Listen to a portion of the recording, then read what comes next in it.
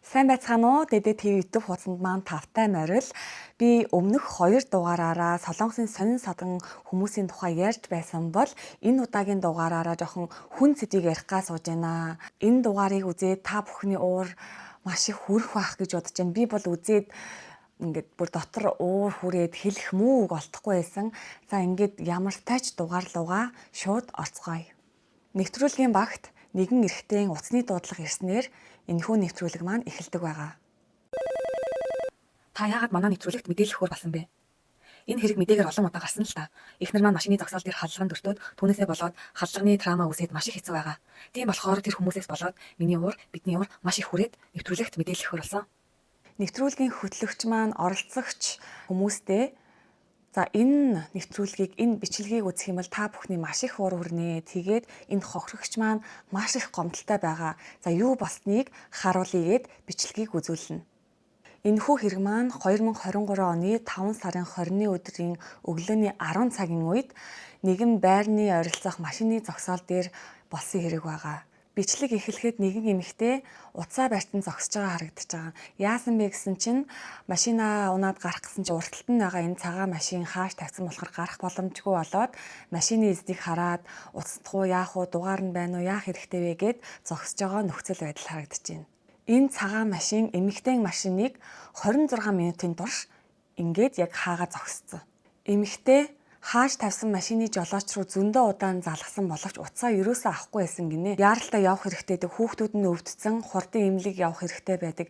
Яадгийн билээ гэж яагаад за ерөөсөө цагдаад мэдэгдийгээд яг ингээд уцаа аваад цагдаа руу залгах га зогсож байтал нөгөө машины эзэн ирж яваа харагддаг байгаа.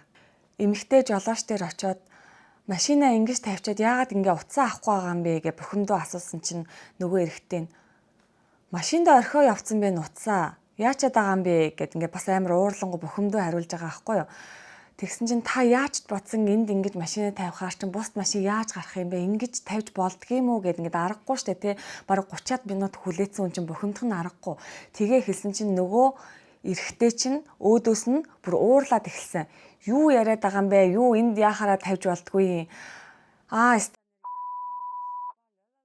Гэд нөгөө солонгосын амар хараалуудыг хэлж эхэлсэн. Тэгээ бэжсэн чинь хажуунаас нь нөгөө найз нь орж ирснэ. Одоо та зүгээр ингээд яв гэд нөгөө эмэгтэй чинь баг ингээ хөөгд байгаа хгүй найз нь бас. Эмэгтэй маань тэгсэн чи юу яриад байгаа юм бэ? Эхлээд уучлаарай гэж хэлэх ёстой байтал та нар юу яриад байгаа юм бэ гэл ингээл бухимдаал хоорондоо ингээл маргалдаал бэжэдэг байхгүй юу. Тэгсэн чинь нөгөө эрэгтэйн машиныг авчиж тавих гад явсан эхнэр нь вэ штэ тэр буцаад ирж яваа харагддаг байгаа. Эхнэр нь машинаа тавьчаад ирсний дараа эмэгтэй та жирэмсэн мэжж ингэж машинаа тавьж болохгүй штэ. Манай хүүхдүүд өвдөд ингээд би явах хэрэгтэй багт чи ингэж болохгүй штэ гэж тэгсэн чинь тэгээ чи одоо тэгээ яах гээд байгаа юм. Цохмоор байгаа мó тэгээ цохил доо цох гэд ингээд хашгираад байгаа байхгүй бүр. Гэхдээ энэ болж байгаа үйл явц нь машины амарт огт харагдахгүй байгаа байхгүй. Жохоо хажуу тишээ болоод очиод маргалдаад хэрэлдээд байгаа болохоор гэтэл гівгэнд нөгөө эрэгтэй чинь яаж амын чинь таглах вэ? Зайлаач гэл нөгөө эмэгтэй чинь тэгээд байгаа байхгүй. Тэгээ байж тал гинт хүн хин нэг ингээд түк гэд ингээд цогч байгаа чимээ гарч эхэлнэ. Энэхүү нэвтрүүлгийг үзчихсэн нөгөө нэвтрүүлгийн оролцогчд нь юу болоод байна галзуурсан юм биш үү гэл ингээд бүгдээрээ гайхаал байж итэл бүр ноцтой бичлэгүүд гарч эхэлнэ.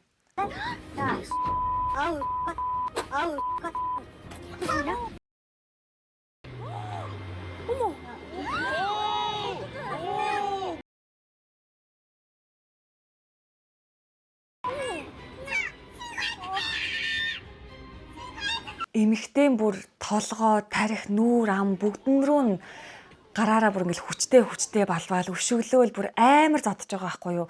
Юу вэ энэ ч зүгээр нэг машины зогсоолын маргаанаас болж танихгүй хин нэг ингэж зодно гэдэг чинь бүр амар байгаа байхгүй юу. Тэгээ хөөхөн амт нөгөө эмэгтэй чинь аха цагдаа дуудаад өгөөч, хилээд өгөөч, уцтаад өгөөч гэл ингээл хашгираад байгаа байхгүй юу. Тэгсэн ингээл ямар ч нэмэргүй ингээл бүр битүү балавж байгаа байхгүй юу.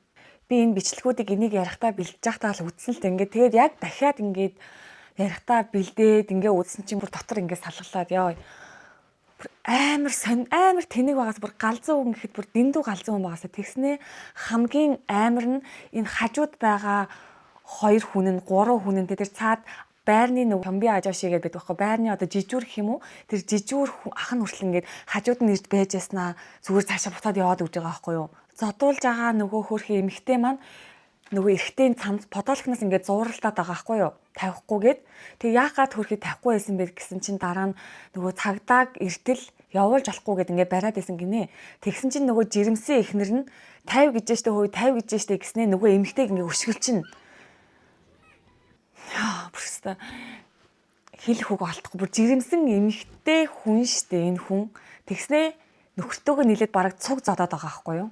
Цагдаа эртэл нөгөө эрэгтэйг явуулахгүй гэд ингээд подолкноос нь зууралдаад байгаа штэ. Тэгэл подолкын сунаал ингээд урагдах гал яасан ч юмдээ тэгсэн байгаа. Тэгсэн чинь нөгөө эрэгтэй чинь өө подолкын маань үнтэй авсан штэ гэд подолкондоо санаа зовоод байгаа байхгүй. Тэр эмэгтэй хүнийг бүр нүүр нүдгүү цогчоо санаа зовхгүй хэрнээ өөрийнхөө өмсөж байгаа үнтэй овцондоо санаа зовж энэ одоо хүн үү юу вэ нэрээ. Нэвтрүүлгийн оролцогчид энэ бичлэгүүдийг үзээд байж байхдаа бүр яа уур хурж өглөө яана яаж ийм хүмүүс байдгийм бэ гэж шоконд ороод бэжэтэл бүр илүү шоконд орохоор бичлэг гарсан. Арай гэж нэг юм салчаад бэжэтэл нөгөө эрэгтэй чинь хувцаа сольчоод буцаад ирж яваад үр зураг харагддаг байгаа. Тэгээд нөгөө эмэгтэйрүүд чинь буцаж ирснээ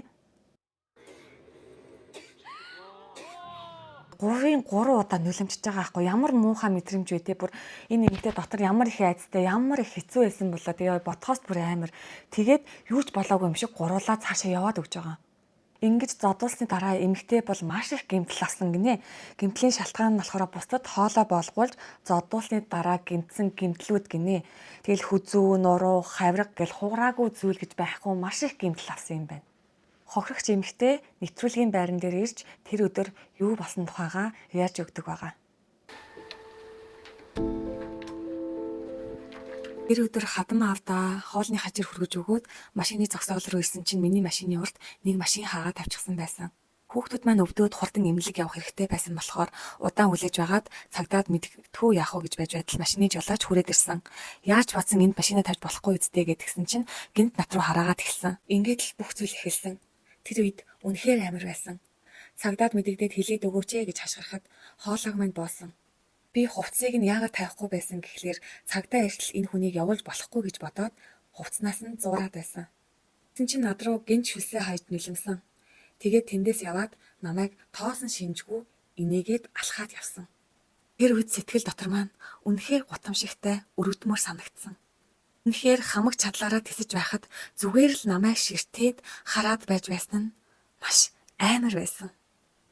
Энэ эмэгтэйг зодсон энэ хүн маань юу хийдэг хүн бэ гэсэн чинь Педенсийн алтартай дасгалжуулагч хүн гинэ. Тэгээд тэр том хүчтэй булчин шүргэнстэй гараараа энэ эмэгтэйг ингээд зодож байгаа. Бүр байж боломгүй. Энэ хүчирхийлэгч эрэхтэй цагдаад юу гэж мэдүүлэг өгч яах гэхлээр энэ эмэгтэй манай эхнэрийг жирэмсэн байхад төрүүлж цохоод төрүүлж түлхсэн. Тийм болохоор би яалтчгүй ийм үйлдэл гаргасан. Тэрч битгийл би ч гэсэн энэ эмэгтэй зодуулсан гэд ийм мэдүүлэг өгөөд байгаа гинэ. Гэхдээ яаж ийм мэдүүлэг өгдөг байна? Бүр яаж хасан камер дээр бүр энэ эрэгтэйг цогж байгаа, зодж байгаа нэг ч дүр зураг байхгүй. Зүгээр ингээл хувцснаас нь татаал ингээд шаргууцалтаал байгаа болохоос өөр ямар ч зодож цогж байгаа зүйл байхгүй хахад одоо нөгөө өөрийгөө амиа авч гарах аргаа л хэрэгжилж байгаа шиг байгаа юм л да энэ хүн. Эмэгтэйг зодож явах үед нөгөө жирэмсэн эхнэр нь хэлжсэн штэ. Жирэмсэн эмэгтэй хүнийг төрүүлээ цогсон гэж хэлчихэд болоо штэ. Тэгвэл цагдаа нар яаж чадахгүй гэд ингээ худлаа ярих гэтгээ бэлдэж байгаа байхгүй юу. Тэгсэн тэрийг нь сонсон нөгөө эмэгтэй маань яана би ч гэсэн ингээд хэрэгтэн болж болох юм байна штэ гэж бодоод маш их хайжсэн гинэ. Хинч харсан маш ойлгомжтой хэрэг байж итэл цагдаагаас маш удаашралтай хандаад байгаа гинэ. Яагаад вэ гэсэн чинь нөгөө зодсон эрэгтэй тал болохоро манайх нотлох байрам тайж байна, ийм юм ингэж जैन, тийм юм ингэж जैन гэд байнга ингээд учир шалтгаан гаргаж ирээд хоошлуулад байгаа гинэ. Хүчирхийлэгч эрэгтэйтэй хамт явж исэн найз нь гээд нэг эрэгтэй байсан шүү дээ. Тэр эрэгтэй яг энэ хохирогч эмэгтэйн хотхонд хажуудлынх нь байранд амьдардаг гинэ. Тэгээд бүр хүүхдүүдийнх нь царайг мэддэг. Зүрж явна, таарлтан, царайг нь харна би маш их хайж гин. Тэгээд энэ эрэгтэй бүр нөгөө зодаан болох үед энэ эмэгтэйн машиныг зургийг нь дараад явсан гинэ. Тэгээ би маш их хайж зургийг нь хүртэл дараад явсан гэсэн. Тэгээ яах санаатай ингэж машины маань зургийг дарсан. Маш сэтгэл төвшөөртэй байна гэд ярьж байна. Фитнесийн нөгөө алдартай дасгалжуулагч зодсон эрэгтэй энэ эмэгтэйг эмнэлэгт хэвтсэн хойгуур хадам аавынхын дугаарыг олоод бүр байнга сүрдүүлгийн утгатай мессежид бичдэг байсан гинэ. Тэг яаж хаанаас дугаар олсныг бүү мэд. Тэгээд хэдэн цаг гэрээчин гадаа хүлээж агаад явлаа. Гэрээчин гадаа байж агаад явлаа гэх мэтчлээ ингээд байнгын мессеж бичдэг байсан гинэ. Ингэж болохгүй үсттэй. Гэр бүлийн минь хүртэл ингэж занал хийлж байгаа нь намайг зодсноос ч илүү сэтгэл өвдөж илүү их хэцүү байна. Унтаж чадахгүй, нойр хүрэхгүй байна. Байнга тэр өдрийн болсон явдал бодогдоод тэр өдрөөс хойш миний амьдрал тэр чигээрээ өөрчлөгдсөн. Ийм байхад тэр хүмүүс эрх чөлөөтэй ингээд хിവэрээ явж байгаа нь үнэхээр аимшигтай. Бүх зүйл миний буруу юм шиг санагдаж, зүгээр л би юу ч ярилгүй байх ёстой байж, зүгээр л төвчих ёстой байж гэж бодогдож байна. Гэр бүлийнхэндээ буруу зүйл хийсэн юм шиг санагтаад үнэхээр хэцүү байна. Би үүнийг зүгээр л нэг машины зогсоолны асуудал гэж бодохгүй байна. Зүгээр өнгөрөөж болохгүй хүчирхийллийн хэрэг. Тэр хүмүүс заавал шийтгэлээ хүртээсэй гэж бодож байна. Энэхүү хэрэг гарсны жил гарны дараа хүчирхийлэгч эрэгтэй шүүхээс 3 жил 6 сарын хорих хэл авсан бөгөөд өөрийн ажилладаг байсан 2 спорт залуу хаасан төдийгүй YouTube сувгаа аливаалхаа болж маш их хэмжээний өрөнд орсон гэдгээ хэлсэн байна. Өнөөдрийн миний бэлдэж хүргэсэн дугаар маш хэцүү хүнд байлаа. Энэ эмэгтэй маань насан туршдаа сэтгэл зүйн травматай, бие махбодын хохиролтой үлдэж байгаа нь маш харамсалтай. Хорвоо дэлхий дээр сайн хүмүүс маш их байхад иймэрхүү аимшигтай араатан хүмүүс ч гэсэн бас байгаа шүү гэдгийг харуулсан ийм нэгэн дугаар боллоо гэж бодож байна. Ингээд дараагийнхаа дугаар хүртэл түр баяртай. Та нар маань намайг дэмжиж лайк, шеэр, саб бас комент бичээрэй. Баярлалаа.